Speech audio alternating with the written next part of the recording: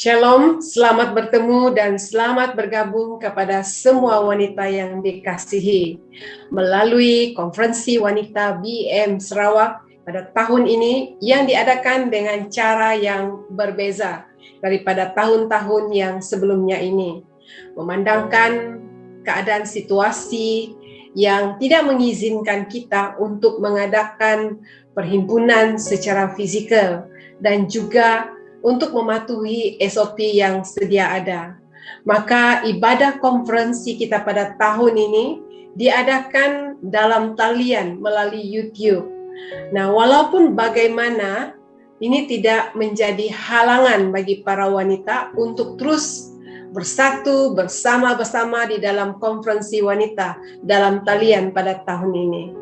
Malahan dengan cara ini di mana kita dapat menjangkau wanita-wanita yang ada di luar sana, wanita-wanita yang lapar, wanita-wanita yang haus akan kebenaran firman Tuhan, wanita-wanita yang perlu kita layani, wanita-wanita yang perlu kita dorong melalui kebenaran firman Tuhan.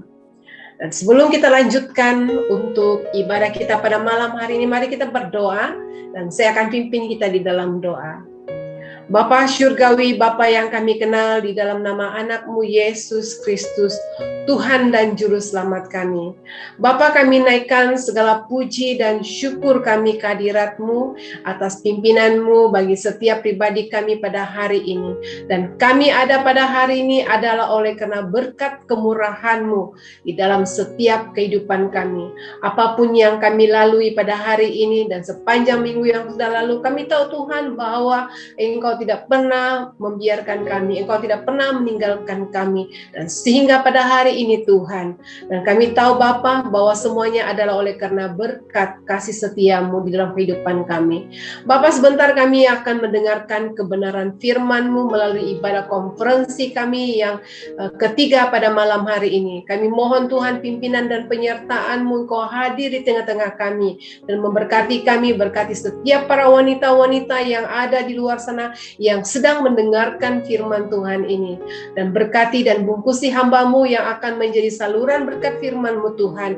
Biar kiranya Tuhanlah yang berbicara melalui hamba-Mu pada malam hari ini. Terima kasih Bapa di surga, terpuji nama-Mu. Ini doa kami yang kami panjatkan hanya di dalam nama Allah Bapa, Anak dan Roh Kudus kami berdoa dan mengucap syukur. Amin. Para wanita yang dikasihi Yesus, tema konferensi kita pada tahun ini adalah terbang tinggi seperti Raja Wali. Wow, dahsyat. Nah, saya sangat senang dengan tema ini dan sangat sesuai untuk kita wanita dalam situasi yang sekarang ini. Dalam kita berhadapan dengan pandemik COVID-19 ini, mulai daripada bulan Mac pada tahun yang lepas dan sehinggalah sekarang ini, di mana seluruh dunia mendapatkan impak dan kesannya daripada pandemi COVID-19 ini. Tidak kira orang-orang yang berkedudukan tinggi, orang yang terpelajar, orang kaya, orang miskin, alih-alih perniagaan yang besar dan kecil, tua, muda, anak-anak kecil, bahkan hamba-hamba Tuhan, semua terkesan dengan pandemik ini, tanpa kecuali saya dan Anda. Namun apabila kita merenungkan daripada tema konferensi pada tahun ini, yaitu terbang tinggi seperti Raja Wali, dan apapun keadaan yang terjadi di sekeliling kita, apapun pergumulan kita dalam masa pandemik ini, saat dimana kita berhadapan dengan banyak persoalan-persoalan hidup, serahkan dan percayakan semuanya bagi Tuhan yang sepenuhnya dan nantikan pertolongannya, sebab bagi orang-orang yang tekun menantikan Tuhan, Alkitab mengatakan bahwa ia akan beroleh kekuatan baru seumpama Raja Wali yang terbang tinggi. Nah, saudari, mengapa Tuhan memberikan contoh kekuatan Raja Wali bukan burung-burung yang lain?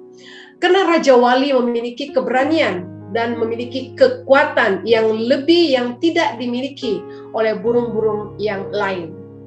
Para wanita yang Yesus kasihi, Harapan kami agar melalui firman Tuhan yang disampaikan sepanjang konferensi ini dapat membangkitkan semangat kita untuk terus melangkah maju dalam iman kita. Dalam sesi kebaktian kita pada malam hari ini adalah yang ketiga, saya akan membawa dengan satu topik firman Tuhan, yaitu bertekun dalam doa. Para wanita yang dikasihi, tema umum kita BEM Sarawak adalah memenuhi amanat agung Kristus, yaitu yang terdapat di dalam 1 Petrus 2 ayat yang ke-9. Nah, untuk memenuhi amanat agung Kristus, kita sebagai umatnya perlu menjadi gereja yang berdoa, menjadi jemaat yang berdoa, menjadi wanita yang berdoa. Nah, sesuai dengan topik saya pada malam hari ini, yaitu bertekun dalam doa, dan kita akan melihat beberapa perkara melalui di dalam bahagian Kisah Para Rasul bab 2 ayat 41 hingga ayat yang ke-42. Kisah Para Rasul bab 2 ayat 41 hingga ayat yang ke-42. Saya akan membaca ayat ini. Orang-orang yang menerima perkataannya itu memberi diri dibaptis, dan pada hari itu jumlah mereka bertambah kira-kira 3.000 jiwa. Mereka bertekun dalam pengajaran rasul-rasul dan dalam persekutuan, dan mereka selalu berkumpul untuk memecahkan roti dan berdoa. Bertekun dalam doa. Nah, berbicara tentang ketekunan atau kata dasar adalah tekun. Untuk menjadi tekun memang bukan perkara yang mudah. Nah, ketekunan adalah keputusan ataupun tekad yang kuat, atau tekad untuk bersungguh-sungguh, untuk rajin dalam melakukan apa saja. Nah, orang yang tekun tidak mudah menduakan hati, karena ia adalah seorang yang berfokus, konsisten, dan tidak mudah putus asa terhadap apa yang ia kerjakan. Nah, di mana firman Tuhan menjelaskan bahwa orang yang tekun adalah merupakan orang yang sungguh-sungguh melakukan segala perkara sesuatu. Bahkan orang yang bertekun, dia akan menghasilkan buah.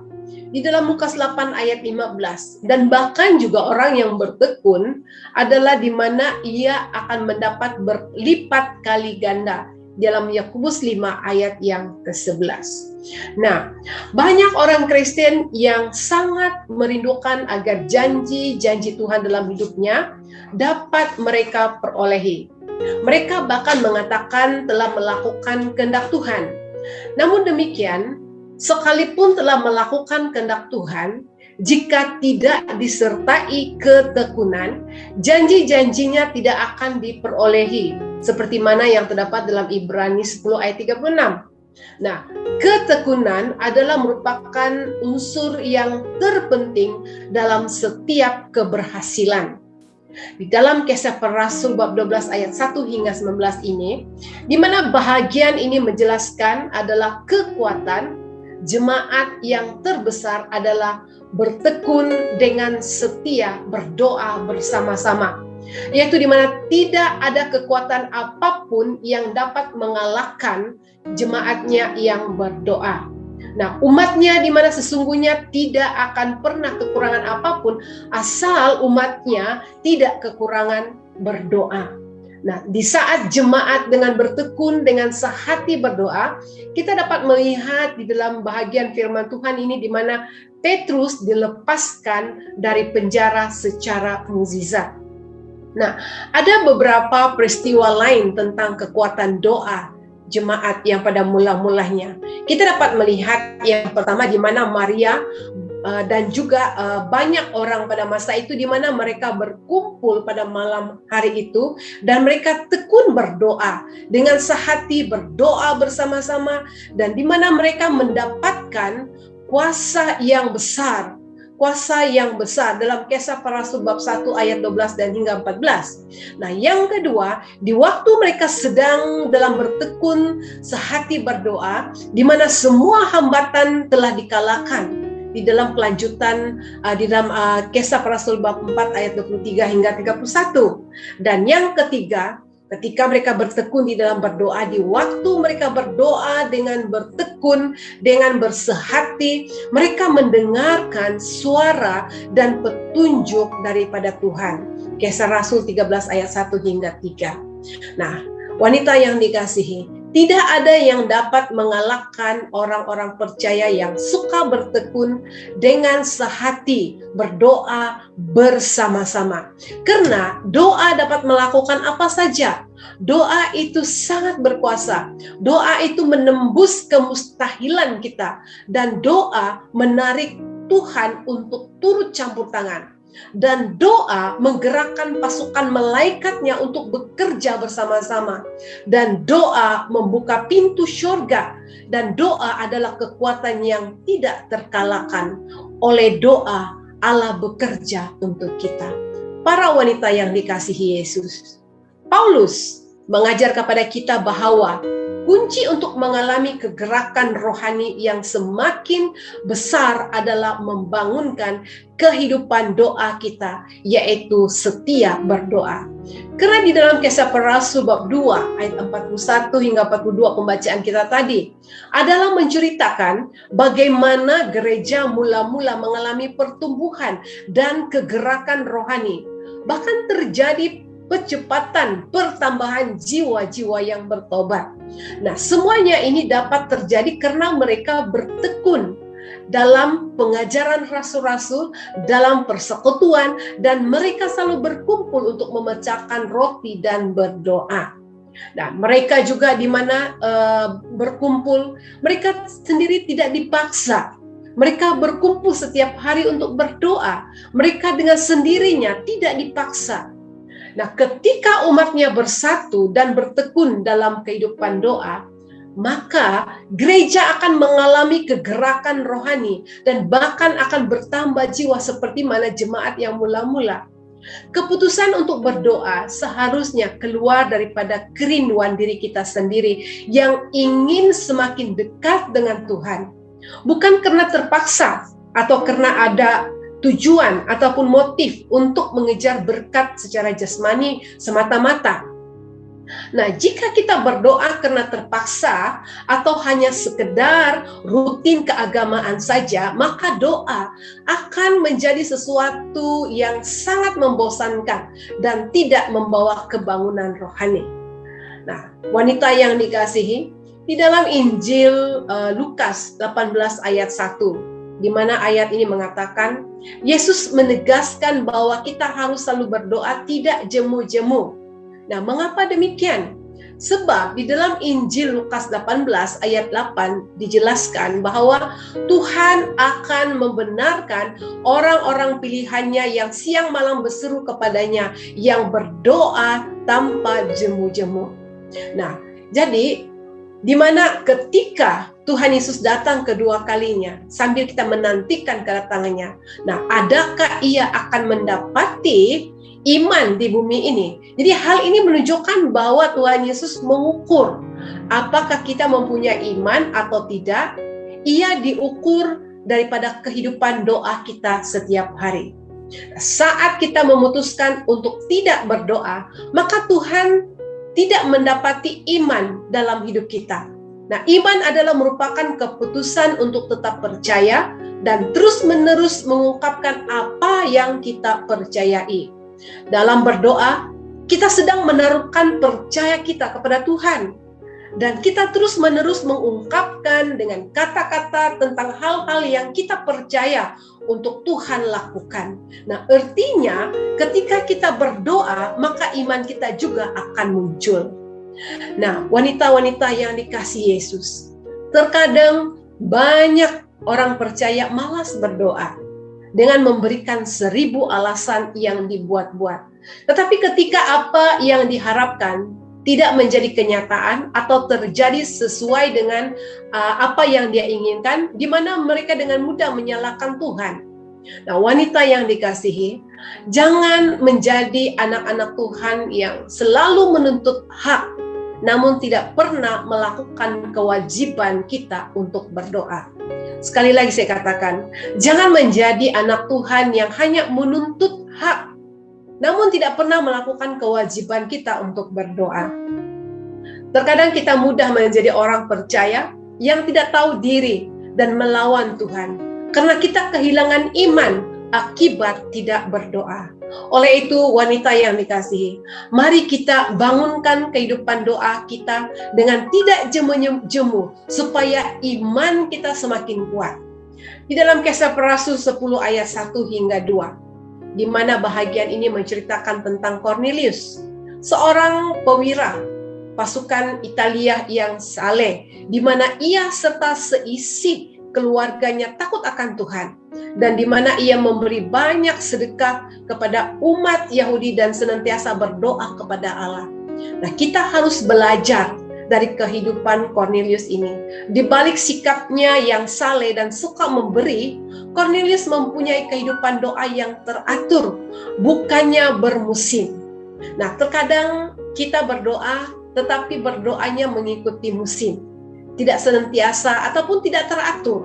Artinya, terkadang kita berdoa dan terkadang tidak. Seperti kata P. Ramlee itu, ada satu perkara, yang satu banyak-banyak, yang kedua sikit-sikit, yang ketiga kadang-kadang, dan yang keempat jarang-jarang. Saudari yang dikasihi, bagaimana dengan kehidupan doa kita? Adakah kita banyak berdoa, atau sedikit berdoa, atau kadang berdoa, ataupun jarang-jarang? Nah, terkadang ketika kita dalam keadaan banyak masalah dan pergumulan berat, kita rajin berdoa. Tetapi ketika doa sudah dijawab dan hidup kita sudah menjadi lebih baik, kita tidak berdoa lagi. Nah, hal inilah yang menyebabkan keadaan kerohanian kita ada kalanya naik dan ada kalanya turun. Mari kita lihat perkara yang dilakukan oleh jemaat yang mula-mula yang menjadikan contoh dan teladan kepada kita. Yang pertama kita lihat di sini, di mana mereka berdoa dalam persekutuan. Mereka berdoa dalam persekutuan. Nah, ini terlihat daripada kata-kata mereka, yaitu mereka selalu berkumpul untuk memecahkan roti dan berdoa. Jadi, berarti mereka bukan berdoa secara pribadi sahaja, tetapi mereka melakukan itu pada waktu mereka berkumpul. Nah, dengan demikian boleh dikatakan bahwa jemaat yang mula-mula berdoa bersama-sama. Mereka melakukan persekutuan doa. Jadi berdoa secara pribadi memang penting, tetapi berdoa bersama-sama dalam sebuah persekutuan juga adalah sangat penting. Mungkin saudari sudah berdoa secara pribadi untuk suami Anda, untuk anak-anak Anda, untuk pekerjaan Anda, untuk teman-teman Anda, ataupun untuk gereja Anda. Tetapi, adakah Anda mengikuti dalam persekutuan doa bersama-sama dengan saudara dan saudari yang lain untuk saling mendukung di dalam pelayanan yang ada di gereja Anda? Setiap minggu, masing-masing gereja kita ada mengadakan persekutuan doa.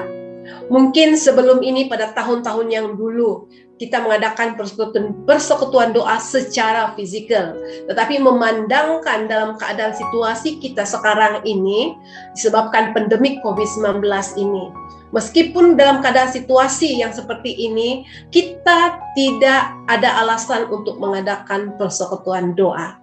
Nah, bagi kebanyakan gereja, saya lihat banyak gereja juga yang mengadakan persekutuan doa melalui online di dalam talian.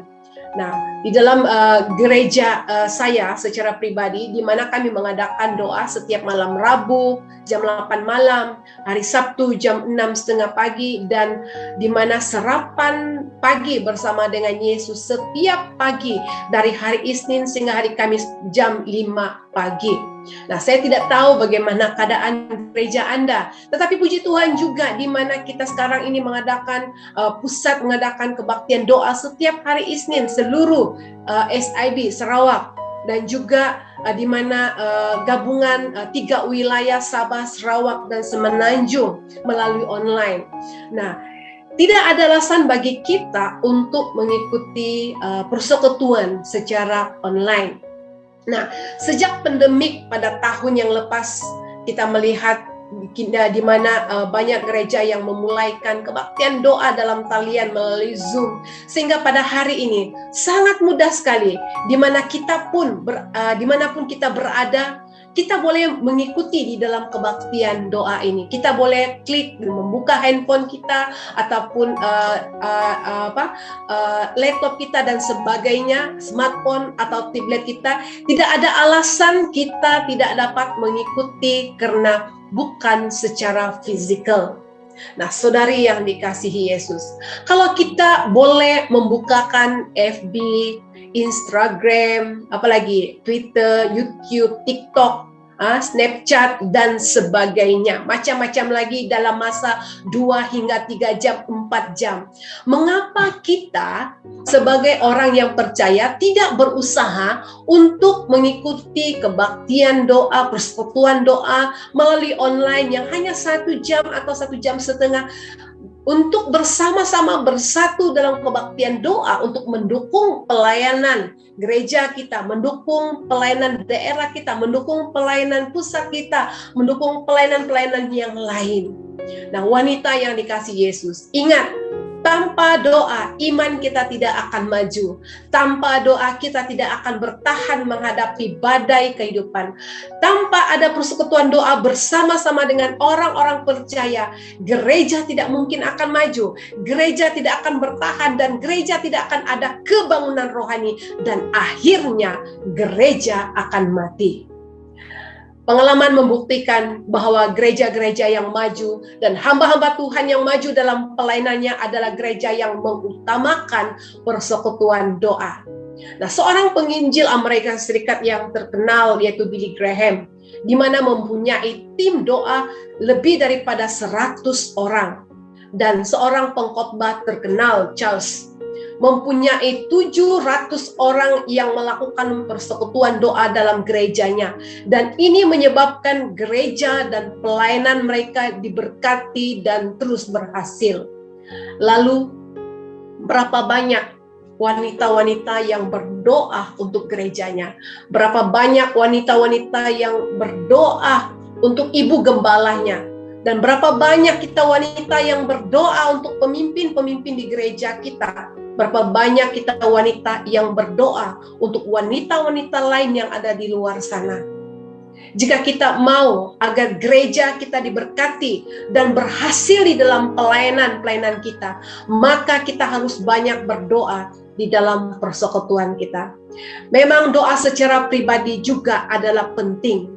Tetapi doa di dalam persekutuan merupakan kuasa yang lebih besar, sebagaimana yang dikatakan Yesus di dalam Matius 18 ayat 19, di mana kata-kata 2 orang di sini bukan menyatakan sesuatu jumlah secara pasti, tetapi itu menyatakan adanya persekutuan di dalam doa. Juga kata sepakat adalah menunjukkan adanya kesatuan di dalam doa itu. Karena itu, persekutuan doa di dalam gereja sangat-sangatlah penting. Nah, kita melihat di sini yang pertama, mereka berdoa dengan tekun. Jemaat mula-mula bukan hanya hidup dalam persekutuan doa, tetapi juga mereka melakukan semuanya itu dengan tekun dalam Alkitab. Terjemahan baru di mana dalam ayat 42 ini terdiri daripada 2 kalimat. Dan di dalam Kisah Para Rasul 2 ayat 42 mengatakan mereka bertekun dalam pengajaran rasul-rasul dan persekutuan, dan mereka selalu berkumpul untuk memecahkan roti dan berdoa. Nah, kalimat yang pertama adalah mereka bertekun dalam pengajaran rasul-rasul dan dalam persekutuan. Nah, sedangkan kalimat yang kedua adalah dan mereka selalu berkumpul untuk memecahkan roti dan berdoa. Jadi, kata bertekun dalam Kisah Para Rasul 2 ayat 42 ini ditunjukkan kepada persekutuan doa. Karena itu, ayat ini menunjukkan kepada kita bahwa jemaat yang mula-mula ini hanya di mana hanya tekun dalam pengajaran rasul-rasul, bukan hanya tekun di dalam persekutuan, bukan hanya tekun untuk memecahkan roti, tetapi juga tekun dalam berdoa. Nah, artinya mereka tidak hanya satu orang atau dua kali saja berdoa, tetapi di mana mereka bertekun atau berdoa terus-menerus. Nah, dalam ayat yang ke-24 dikatakan bahwa mereka berseru bersama-sama. Ini menandakan kesepakatan mereka, kebersamaan mereka. Nah, ketika teman-teman mereka mendengar hal itu, berserulah mereka bersama-sama kepada Allah. Nah, kata bersama-sama ini menandakan kesatuan mereka di dalam doa. Nah, seterusnya mari kita melihat yang berikut. Hasil daripada ketekunan dalam berdoa. Yang pertama, berdoa menghasilkan kesadaran untuk hidup benar. Dalam Kisah Para Rasul 1 ayat 14. Nah, di mana menceritakan karena murid-murid Tuhan bertekun dengan sehati dalam doa bersama-sama, maka doa mereka menghasilkan banyak jiwa yang bertobat dan memberi diri mereka dibaptis. Nah, hal yang sama juga akan berlaku bagi kita. Ketika kita memutuskan untuk berdoa, hal itu akan menimbulkan kesadaran untuk hidup benar bagi diri kita sendiri, bagi orang-orang yang namanya yang kita sebut dalam doa, maupun bagi orang lain yang ada di sekitar kita. Nah, untuk itu, mari periksa hidup kita. Jika ada sesuatu yang tidak benar dengan iman dan hidup rohani kita, adakah hal itu disebabkan karena kita kurang tekun di dalam berdoa? Kita harus tekun berdoa supaya ada pertobatan dalam keluarga kita, suami dan anak-anak kita, bagi teman kita, maupun kota di mana kita tinggal. Yang kedua, berdoa menghasilkan banyak mukjizat dan tanda heran. Dalam Kisah Para Rasul 2 ayat 43. Nah, di mana bahagian ini mencatat bahwa para rasul bertekun berdoa itu banyak mengadakan mukjizat dan tanda heran sehingga banyak orang ketakutan lalu menjadi percaya. Nah, wanita yang dikasihi Yesus, sebagai wanitanya Allah, kita juga harus tekun berdoa supaya juga di mana kita dapat mengalami mukjizat dan kemuliaan Tuhan. Amin, saudari. Nah, yang ketiga, berdoa menghasilkan penuaian. Kisah Rasul bab 2 ayat 47. Di mana mencatat bahwa tiap-tiap hari Tuhan menambah jumlah mereka dengan orang yang diselamatkan. Tekun berdoa membuat para rasul memperoleh penuaian jiwa-jiwa baru.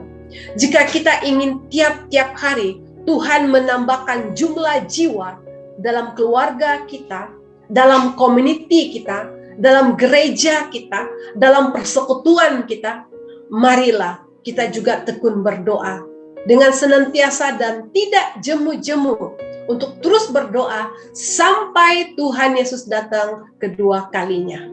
Sebagai kesimpulan firman Tuhan pada malam hari ini, wanita yang dikasihi, banyak wanita-wanita yang berhadapan dengan serta menghadapi pergumulan badai dalam hidup, tantangan yang semakin berat. Secara manusiawi, kita tidak dapat bertahan untuk menghadapinya, selain harus semakin terus bertekun di dalam doa. Ketika gereja mula-mula berdoa, Tuhan mendengarkan seruan mereka, sehingga akhirnya Petrus dan Yohanes dilepaskan daripada penjara. Mereka pun berdoa sehingga mereka semua penuh dengan Roh Kudus. Lalu mereka memberitakan firman Allah dengan sangat berani. Karena doa jugalah di mana Roh Kudus bekerja atas mereka, sehingga mereka tidak lagi takut atau malu memberitakan firman Tuhan, melainkan di mana mereka semakin berani untuk memberitakan firman Tuhan. Tugas dan tanggung jawab kita sebagai umatnya saat ini adalah berdoa, berdoa dan berdoa. Tanpa doa iman kita tidak akan bertumbuh. Tanpa doa kita tidak akan mengalami kebangunan rohani. Dan tanpa berdoa hidup kita akan sia-sia. Nah, mengapa kita harus berdoa? Mengapa kita harus bertekun dalam doa? Sebab dalam ketekunan selalu ada janji yang Tuhan sediakan. Seperti mana yang dikatakan Ibrani 10 ayat yang ke-36. Yang mengatakan, sebab kamu memerlukan ketekunan supaya sesudah kamu melakukan kehendak Allah, kamu memperoleh apa yang dijanjikan itu.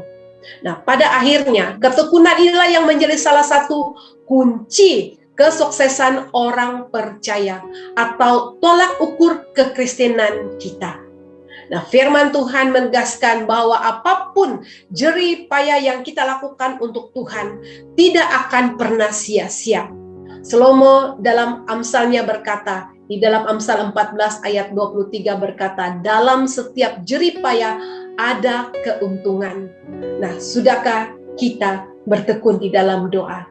Jikalau kita ingin hidup seperti Tuhan Yesus, tidak ada jalan lain selain kita harus mendisiplinkan diri dalam hal berdoa. Ia berkata di dalam Yohanes 14 ayat 12, sesungguhnya barang siapa percaya kepadaku, ia akan melakukan juga pekerjaan-pekerjaan yang aku lakukan, bahkan pekerjaan-pekerjaan yang lebih besar daripada itu. Jadi ketekunan dan disiplin dalam berdoa adalah merupakan kunci kemenangan sebagai orang percaya. Sekali lagi saya katakan, ketekunan dan disiplin dalam berdoa adalah merupakan kunci kemenangan orang percaya. Mari kita berdoa.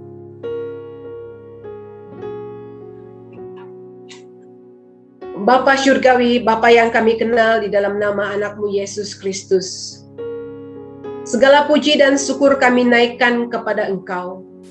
Terima kasih atas seluruh penyertaan yang Engkau berikan kepada kami pada malam hari ini. Sehingga rangkaian ibadah, konferensi kami ini dapat berjalan dengan baik hanya karena pimpinan Tuhan. Kami bersyukur dan berterima kasih karena sudah mendengarkan sebagian daripada firman-Mu pada malam hari ini. Biarlah firman-Mu yang sudah disampaikan oleh hamba-Mu ini dapat menjadi berkat bagi para wanita-wanita yang sudah mendengarnya. Terima kasih karena telah membimbing kami dengan firman-Mu yang mengajar, yang menasihat, serta memberi tunjuk di dalam hidup kami. Firman-Mu yang berbicara tentang bertekun dalam doa, agar melalui ketekunan ini yang akan menjadi salah satu kunci kesuksesan kami sebagai seorang wanita Kristen, atau tolak ukur kekristenan kami. Bapa Syurgawi, biar kiranya melalui firman-Mu ini membuka hati kami untuk terus setia dan bertekun di dalam doa. Karena dengan bertekun di dalam doa akan menguatkan iman kami untuk berhadapan dengan badai kehidupan. Kami tidak perlu takut menghadapi segala tentangan sepanjang pandemik, sebab tangan Tuhan selalu siap menopang kami. Karena kami adalah anak-anak-Nya yang kuat seperti burung Raja Wali. Karena itu kami tidak perlu takut menghadapi badai hidup ini, karena kami punya Tuhan sebagai tempat perlindungan yang tinggi. Bersama Tuhan, orang benar akan terbang bagai Raja Wali mengatasi badai hidup. Bapak, terima kasih sekali lagi atas pimpinan dan penyertaan-Mu dalam ibadah konferensi wanita pada malam hari ini. Sebentar kami akan mengakhiri ibadah kami, dan kiranya cinta kasih dan kemurahan Tuhan yang kami rasakan sepanjang hari ini begitu kami nikmati. Biarlah kehidupan kami selalu berkenan di hadapan-Mu Tuhan. Tuhan Yesus, berkati para wanita, baik yang single maupun yang sudah berkeluarga, ibu tunggal, janda, dan bahkan nenek. Berkati setiap mereka agar mereka mampu menjadi wanita yang terus bertekun di dalam doa dan menjadi teladan di dalam keluarga mereka, dalam gereja mereka, di tempat kerja, maupun dimanapun mereka berada, akan membawa impak yang positif kepada wanita-wanita yang ada di luar sana. Sehingga melalui kehidupan kami sebagai wanita akan memancarkan kasih Kristus kepada mereka. Kami juga tidak lupa untuk mendoakan bagi para wanita-wanita yang sedang dalam kelemahan tubuh, yang sakit ketika ini Tuhan. Dimanapun keberadaan mereka, baik yang ada di rumah sakit, Tuhan kiranya kami mohon, Kiranya Tuhan Engkau lawati mereka, berikan mereka kekuatan, berikan kesembuhan kepada mereka. Bagi wanita-wanita yang menghadapi pergumulan dan masalah, kami berdoa saat ini Engkau hadir di tengah-tengah mereka, agar mereka merasakan jamahan cinta kasih-Mu ya Bapa. Terima kasih Tuhan Yesus. Terima kasih sekali lagi Bapa atas pimpinan-Mu di dalam ibadah kami pada malam hari ini. Kiranya cinta kasih daripada Allah Bapa di surga, Tuhan kita Yesus Kristus, Juru Selamat kita yang hidup dan yang berkuasa, serta persekutuan Roh Kudus, terus memimpin, memelihara, menjaga, dan menyertai hidup kita, mulai saat ini sampai Maranatha, sampai Tuhan Yesus datang kedua kalinya. Semua kita wanita mengatakan, amin. Terima kasih melalui ibadah kita pada malam hari ini, dan sampai di sini Tuhan memberkati kita dan jumpa lagi.